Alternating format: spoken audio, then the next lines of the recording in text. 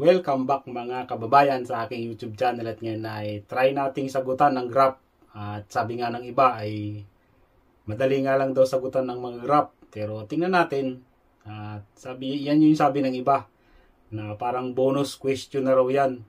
Sabi ng iba sa EPS topic exam. Yung mga marami nang alam na Korean language vocabs. Pero sa tingin ko hindi naman lahat ng graph ay madaling sagutan.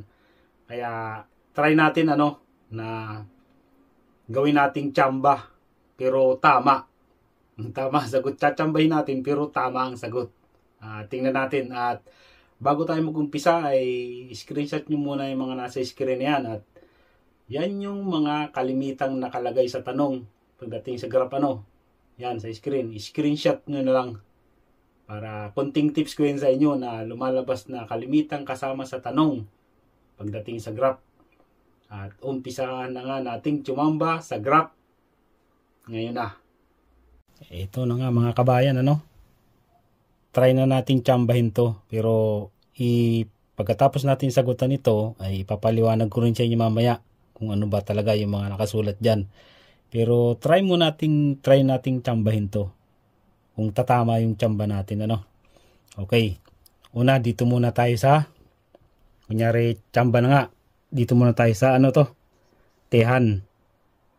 Saka dito sa matnun. Tehan about. Tapos matnun ay correct. Diyan muna tayo. Tapos, kung titingnan natin ito dito sa graph na ito, ang nakalagay dito ay 2020 Nyun, Panduche, Suchol, Jiyok. Panduche ay semiconductor. Ano ba yung semiconductor? Semiconductor na ini-export o Suchol export at Jiyok ay region. Ano daw yung tama? Siyempre, ang tinatanong dyan ay kung ano daw yung tama. Siyempre, dito na tayo sa baba, di ba? Kung ano daw yung tama na nakasulat dito. Kung ano yung tama na pipiliin natin dito, kung ano talaga yung tama na pinapaliwanag dito, Unahin natin ay sa number 1, Philippine. Wow, Philippine. Philippine kajang mani sochul hisum nida. Uy, ibig sabihin, kalimitan kasi sa mga ganito, pagdating sa graph, ang kalimitang hinahanap ay, hindi ko sinasabing lahat kalimitang hinahanap dito ay ang most. Yan, yung pinakamarami. Yan. Kaya, kung tsatsambahin ko to, nakita nyo naman, Philippine ay pinakamaraming export ay Philippine 38%, ang Ilbon, Japan 25%, ang Migok, USA 21%, at ang Dokil, Germany ay 16%. Kunyari, tsambahin ko na yan. Gusto ko Philippine. Ito na, pipiliin ko sagot, Philippine. Yan. Sa Pilipinas daw ay maraming na-export. Kajang money. Sobrang dami. Kajang money, the most highest. Yan, Philippine. Sinilek ko na. Yung number 1, Philippine. Okay. Tingnan natin ngayon kung tama ba talaga yung chinamba kong sagot. Okay, tingnan natin mga kabayan, At isa-isahin ko na to. Try ko kung kaya kong ipaliwanag isa-isa. Ang 2020, Nyun, year. Tapos Panduche ay semiconductor. Tapos ang Suchol ay export. Tapos ang Jiyok ay region. Tapos ang E ay place particle. Tapos Tehan about. Sulmyong ay explanation. Tapos itong Uro ay particle. Tapos mat ay correct. Correct ang mat. Tapos ang nun ay particle. Kut ay ting.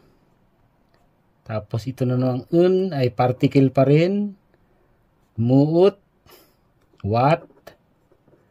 Tapos merong kadugtong na formal ending. Formal ending yan. Imnik ka. Pagtatanong. Formal ending.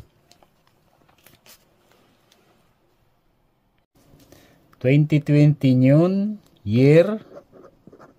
Panduchi Semiconductor.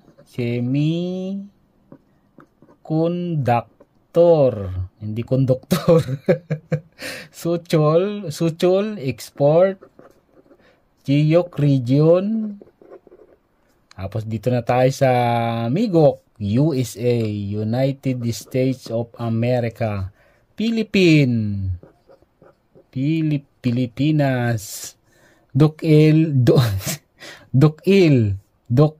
Germany,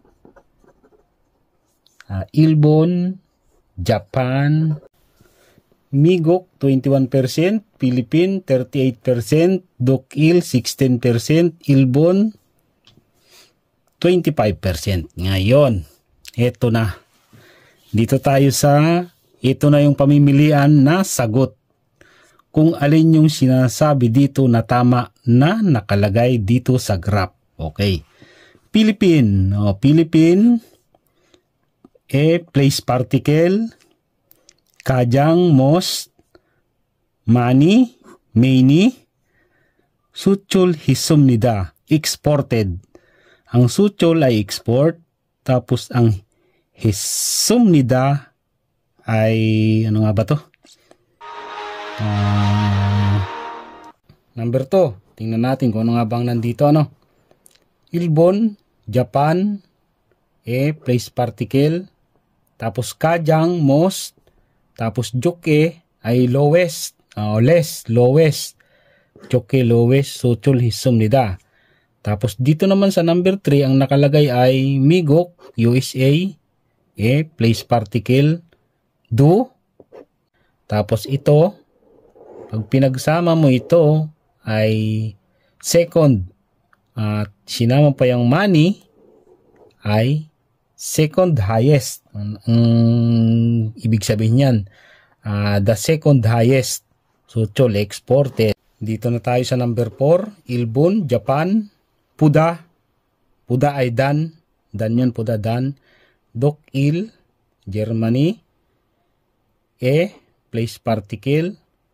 Do, more. At money ay many. So, chol hisumnida. Exported. Kajang money, tingnan natin kung tama na nga yun. Yung pinili kong sagot kanina. Kajang money, the most highest exported ang nakalagay. Ito yung sa Pilipinas daw ay pinakamarami talagang na-export. At ito na nga yun, 38% sa Pilipinas. Tingnan nyo naman yung iba, 25, 16, saka 21. O, di ba? Tapos dito naman, sa number 2, ang nakalagay dito ay Kajang Joke. Ibig sabihin ng Kajang Joke ay pinakamababa daw na exported ay sa Japan. Na hindi naman po pwede. Kasi nga pumapangalawa siya sa Pilipinas. 25% siya. Ibig sabihin mali rin to. Tapos ito namang number 3 sa Amerika daw, Migok ay 2.0. The second highest daw ang na-export. 2.0, the second highest. Ay hindi naman pwedeng the second highest ang Migok kasi nga 21% lang doon sa kanila. Ang second highest na tinutukoy talaga itong Japan. Kaya mali rin to. Tapos dito naman tayo sa number 3. Makikita nyo, Ilbon, Japan, Dan, Dukil, Germany, Dumani. Ibig sabihin, mas marami raw na-export sa Japan. Ibig sabihin, mas marami raw na-export sa Germany kaysa sa Japan. Ibig sabihin, mali rin to. Kasi ang sinasabi nga dito ay mas marami daw na-export sa Germany kaysa sa Japan. Kung titingnan ni dito sa Dukil ay 16% lang. Paano mong masasabi na mas marami na export sila sa Germany? Samantalang dito sa Japan talaga ang mas marami sa kanila kasi ito ay 25%. Kaya mali din tong number 4. Kaya ang tamang sagot talaga ay itong number 1, yung chinamba natin, di ba? O, tama talaga to. Sa Pilipinas daw ay ang may pinakamaraming na export. O, di ba tama? 38%. O, di ba?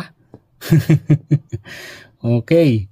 At yan lang muna sa ngayon mga kabayan. Maraming salamat sa panonood at sana'y may natutunan kayo sa video ko ngayon at magkita-kita ulit tayo sa susunod ko na upload ng video.